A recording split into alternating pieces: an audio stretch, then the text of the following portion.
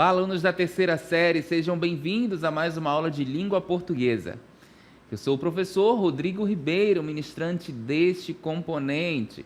Vamos ver o que teremos na nossa aula de número 34.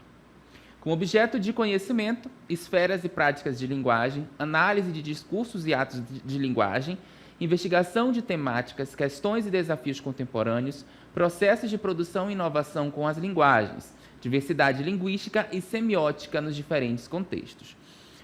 O nosso detalhamento, produção de texto utilizando a diversidade linguística como recurso expressivo na construção da identidade e projeto de vida do estudante.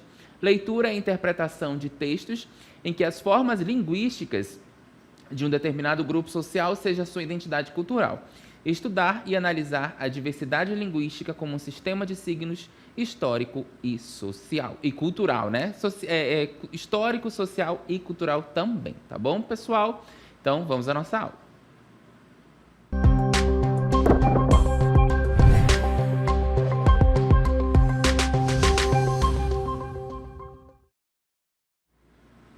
Muito bem, para iniciar nossa aula, nós vamos ter aí uma sequência de vídeos que vocês vão observar quem são os falantes, Aí se vocês já se depararam com uma situação como essa. Lógico que nós temos um personagem ali, falando essas frases, mas eu quero que vocês identifiquem se em algum momento vocês já se depararam com com alguém falando essas frases e percebam a entonação, os gestos, a forma com que essas frases são faladas. Vamos lá para a primeira.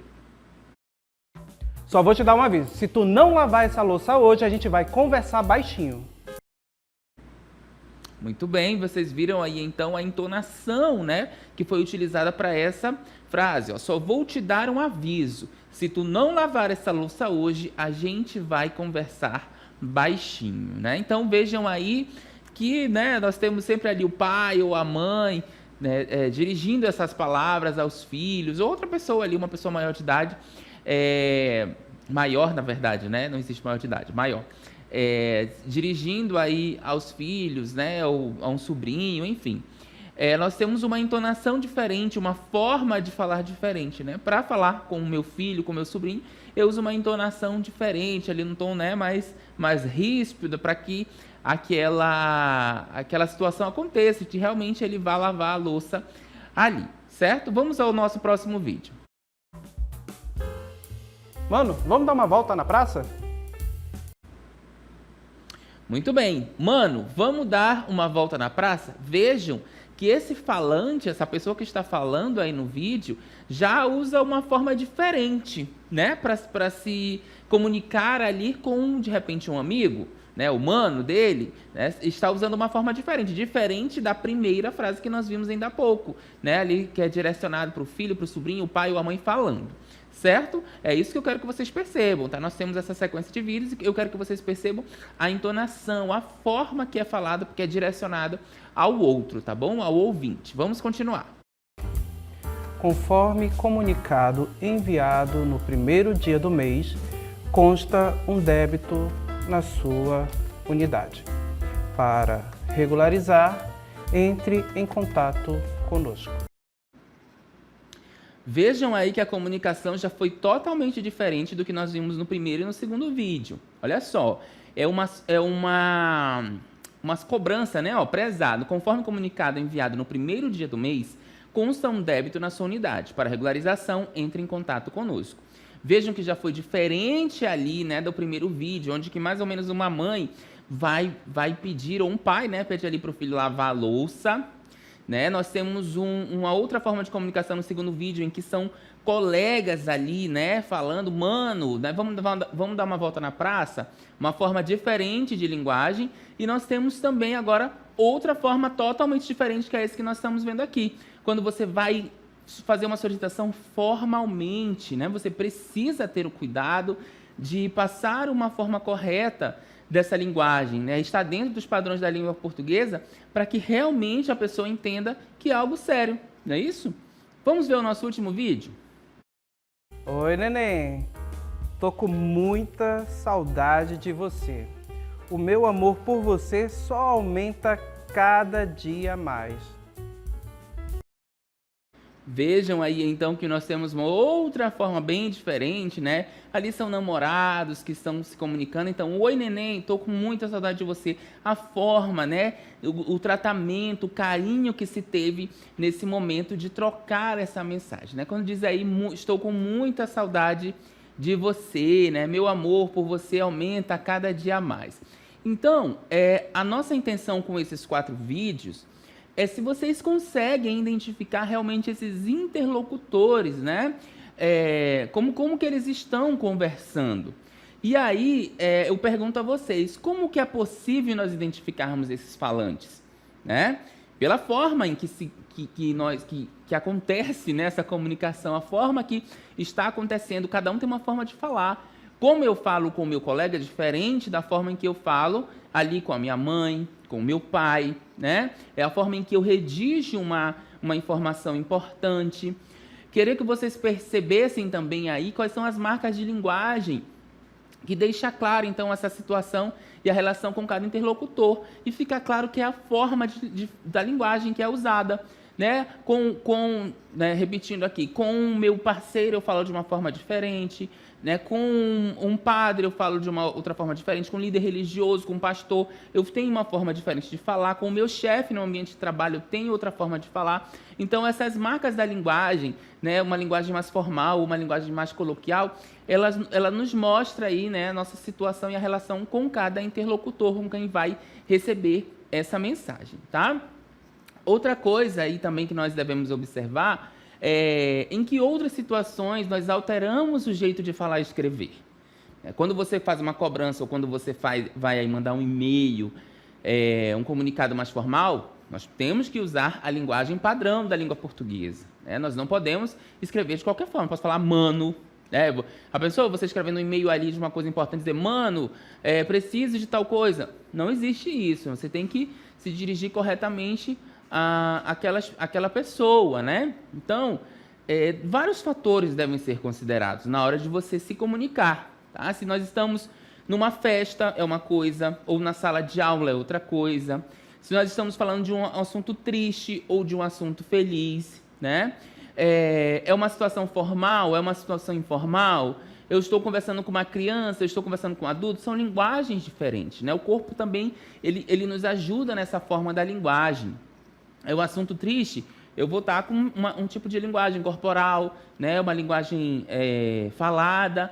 Se é feliz, é totalmente diferente, né? Se eu estou falando com uma criança é de uma forma, se eu estou falando com um adulto é de outra forma. Certo, pessoal? Então, nosso primeiro momento da aula foi para que vocês observem, né, as formas aí que os falantes se tratam, né? Que os interlocutores... entre os interlocutores, como que acontece essa comunicação, tá bom? Diante disso, diante de linguagem, de fala, né, de escrita, nós vamos falar da identidade cultural, né, de cada povo. O que é a identidade cultural?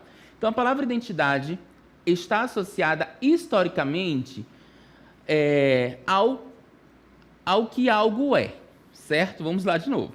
A palavra identidade está associada historicamente ao que algo é, ou seja, o que é realmente aquilo, tá bom? É uma identidade. Eu tenho a minha identidade, certo? Eu sou o Rodrigo, eu tenho a minha identidade lá, com o meu nome, data de nascimento, a gente diz aí, né? Cadê a sua identidade? Essa é a minha identidade, ou seja, eu tenho um nome, eu tenho um lugar de nascimento, eu tenho uma origem, assim como todos vocês que estão acompanhando essa aula nesse momento, tá bom? Na filosofia, a essência é a definição do que algo é, ou seja, a identidade é a definição da essência, a essência de algo, né? E a identidade cultural não está distante da definição de identidade, pois ela é a identificação essencial da cultura de um povo. Então percebam que a identidade é a identificação principal de um povo, a identidade cultural, né? O que nos identifica enquanto povos? Povos amazônidas, povos nortistas, né? Povo amazonense, o que nos identifica culturalmente? Certo? O que é a nossa essência? O que é a essência do povo amazonense? Então, o que um povo produz dentro da forma linguística, religiosa, artística, científica e moralmente compõe o seu conjunto de produção cultural. Então, a identidade cultural ela tem todas essas formas, né? Religiosa, linguística, a forma que eu falo, né? A forma que eu exerço a minha religião, a forma de produzir arte, o que nós estamos fazendo enquanto ciência, a forma moral, né? Tudo isso compõe a nossa identidade cultural. E aí eu trago para vocês um exemplo. Nós já inclusive vimos, né, em outras aulas, mas eu trago para vocês esse exemplo que muitos de vocês conheçam, né? Um exemplo de identidade cultural. Qual é a essência do povo de Parintins? Nós temos várias outras formas, mas quando se fala em Parintins, nós pensamos em quê? Nos bois, garantido e caprichoso. Não é isso? Às vezes até o Amazonas, quando se ouve falar em Amazonas, as pessoas associam a garantido e caprichoso. O povo de Parintins é dessa forma. Quando se fala em Parintins, aí para fora, nós associamos a garantido e caprichoso, que é a identidade cultural desse povo, dessa população, que é a essência desse povo parintinense, né? São os bois garantido e caprichoso. Nós temos mais exemplos também de identidade cultural, olha só. As pinturas corporais e faciais são usadas na cultura indígena para identificar os membros das tribos. Olha só. Na verdade, os membros dos povos originários, tá bom?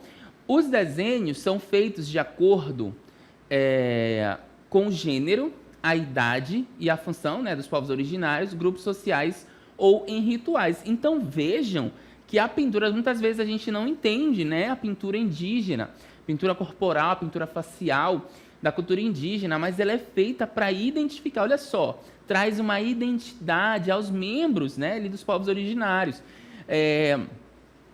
Conforme nós temos ali o gênero, a idade, a função que é desenvolvida dentro ali daquele grupo, daquela etnia, os grupos sociais, né, o ritual que vai acontecer, cada uma dessas formas tem uma pintura diferente, um desenho diferente, né? O que vai acontecer? Se desenha de uma forma, o desenho ele tem uma forma, se a idade é menor, né? Aí tem um desenho para aquilo. Então vejam que nós temos a essência de um povo. E as pinturas corporais também são utilizadas para identificar, né? Para dar essa identidade. Muito bem, continuando então, nós temos aí, vamos lá?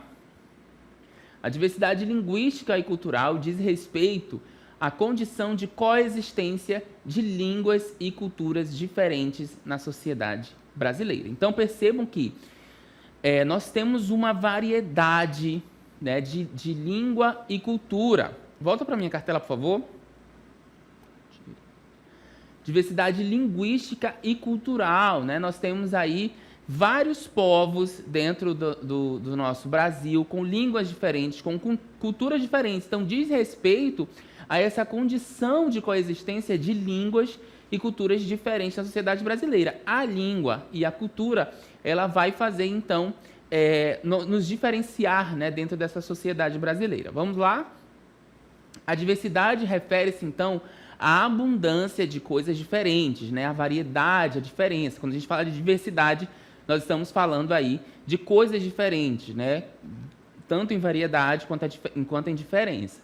E a linguística, por sua vez, é aquilo que pertence ou que está relacionado com a linguagem, o sistema de comunicação que nos permite abstrair e comunicar conceitos, ou com a língua, né? Então, a linguística, ela está relacionada aí com a linguagem, com a língua, e a língua que é o sistema de comunicação verbal próprio dos seres humanos. Os seres humanos ali se comunicam através de uma língua. E aí essa língua, né, nós temos vários tipos, né? Língua espanhola, língua inglesa, língua brasileira de sinais, né?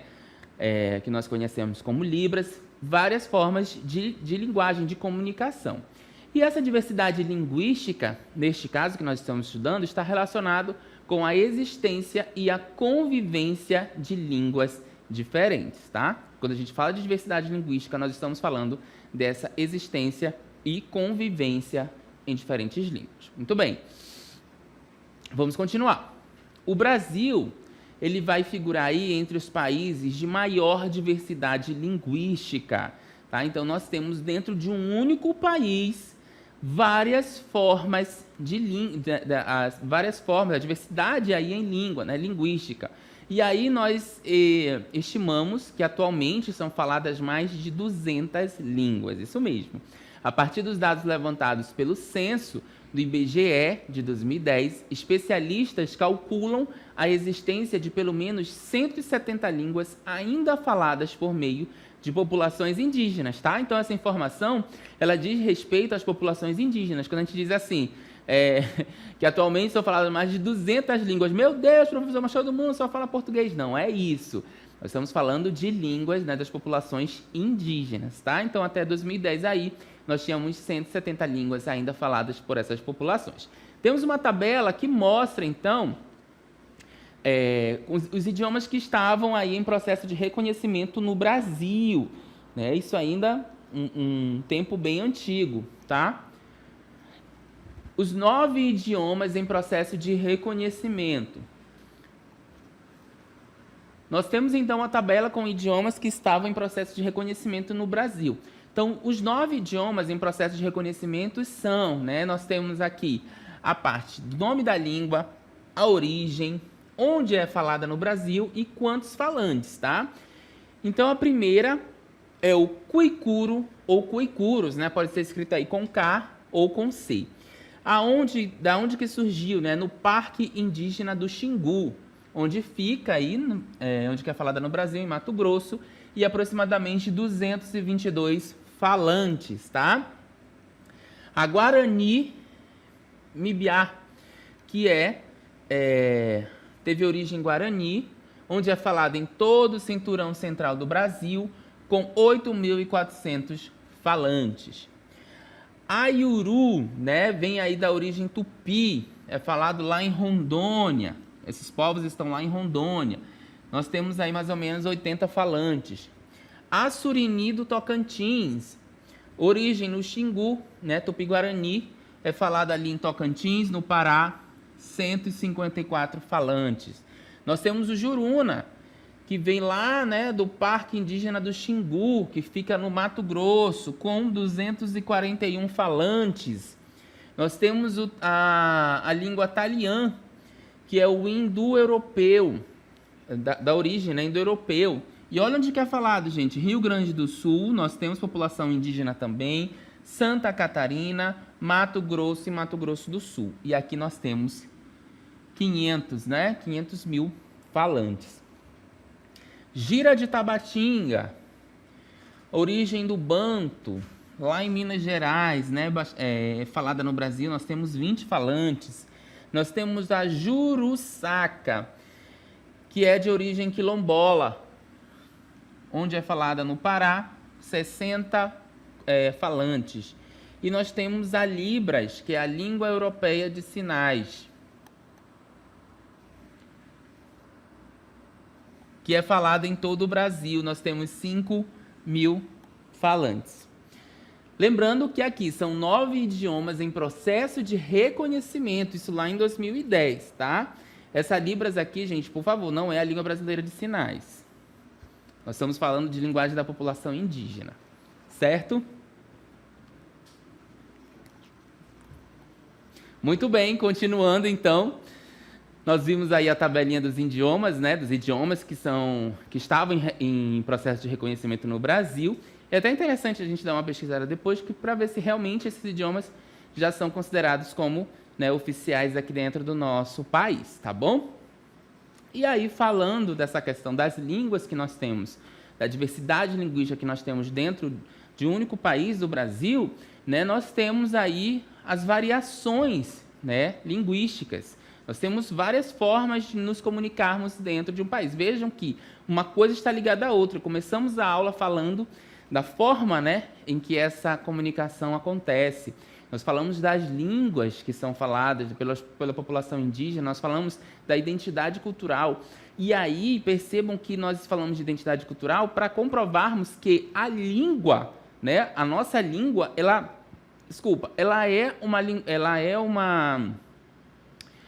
é uma forma de identidade cultural, né?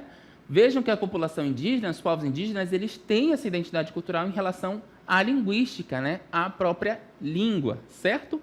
E aí nós temos, né, aqui várias formas de nos comunicarmos. Olá, fala maninho, você está bem?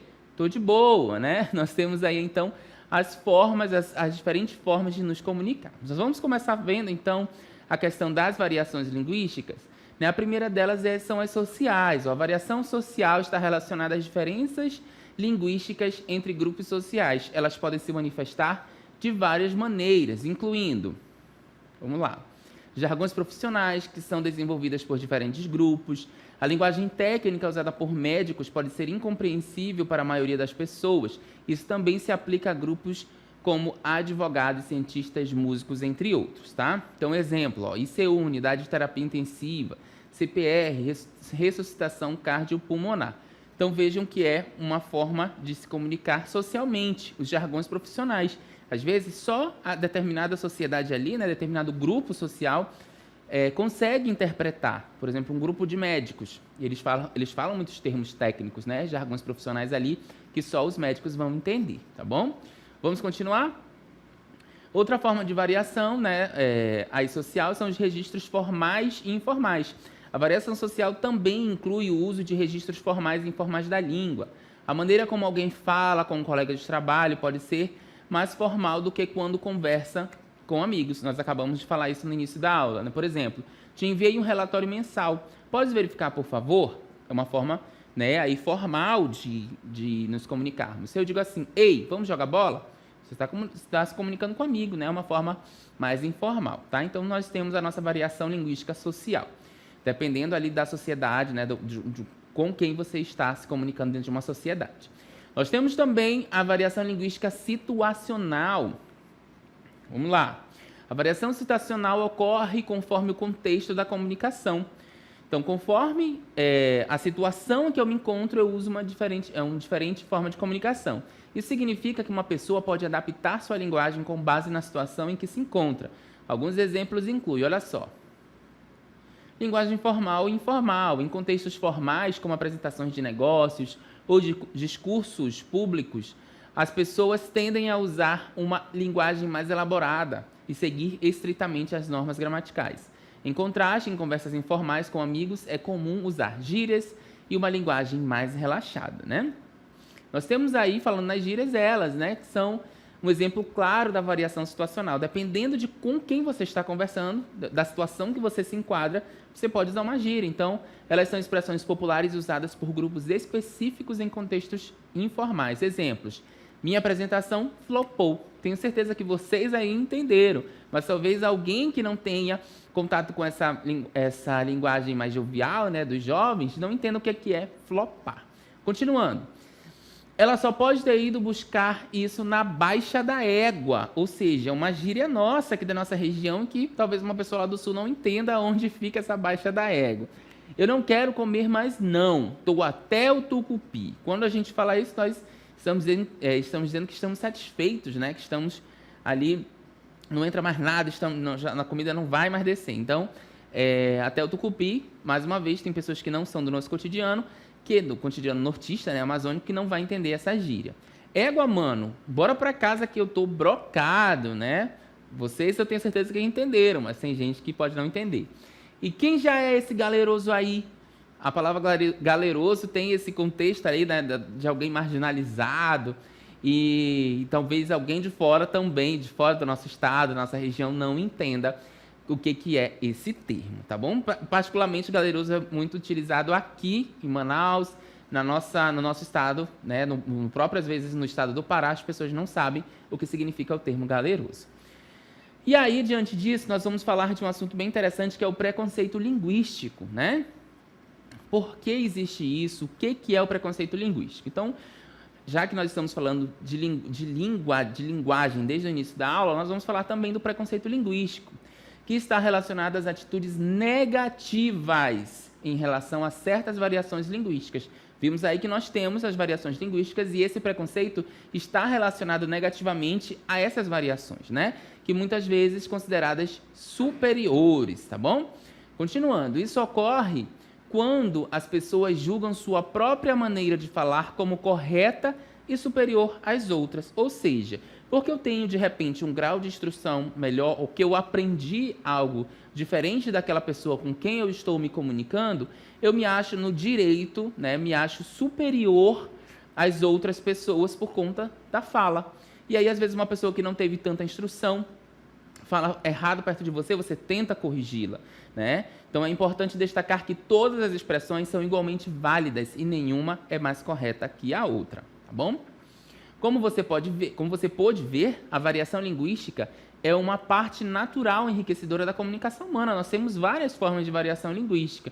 Então, compreender sua função e reconhecer a diversidade são passos importantes para promover uma sociedade mais inclusiva e livre de preconceitos. Nós temos uma diversidade, né, muito grande de gírias, da própria linguagem dentro do nosso país. Então, não é porque a pessoa vem do sul e tem uma forma diferente de falar que eu vou me achar superior a ela, ou vice-versa, a pessoa do norte vai para o sul, né, e a pessoa do sul se acha no direito de falar porque ela fala galeroso, porque ela fala tucupi, né, ou porque a pessoa do sul fala guri, eu né, me acho no direito de corrigi-la, né, ou de não entendê-la. E realmente a língua ela precisa estar livre de preconceitos porque ela é inclusiva em uma sociedade, tá bom? É importante respeitar todas as formas de expressão linguística. É fundamental para a convivência harmoniosa em nossa sociedade multicultural, tá bom? Começamos a aula falando de cultura e terminamos falando de cultura. Para finalizar, vocês vão ver comigo um vídeo bem interessante, olha só. E aí, quando nós vamos almoçar? Que feio! Não sabe falar? Falar assim é errado. Deve falar assim porque bem não estudou, né? Muito bem, então nós vimos aí nesse vídeo um exemplo claro de preconceito linguístico, né? Uma pessoa que talvez tenha estudado um pouquinho mais e o colega ali vai, né, faz até um convite, né, para ela naquele momento, e por o colega ter falado errado, ela se achou no direito de chamar a sua atenção e, pior, justificar o porquê do erro, dizer que a pessoa não estudou. Isso é um exemplo claro de preconceito linguístico. Então, evitem essa forma de preconceito. Na verdade, qualquer forma de preconceito deve ser banida na nossa vida.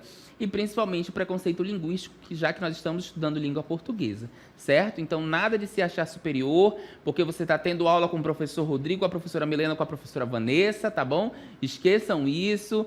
Vocês estão tendo aula conosco para aprender, né, para conhecer mais a língua portuguesa e não, de repente, aí fazer, né, qualquer tipo de forma negativa relacionada à língua ou à linguagem de alguém, né, a fala de alguém, certo?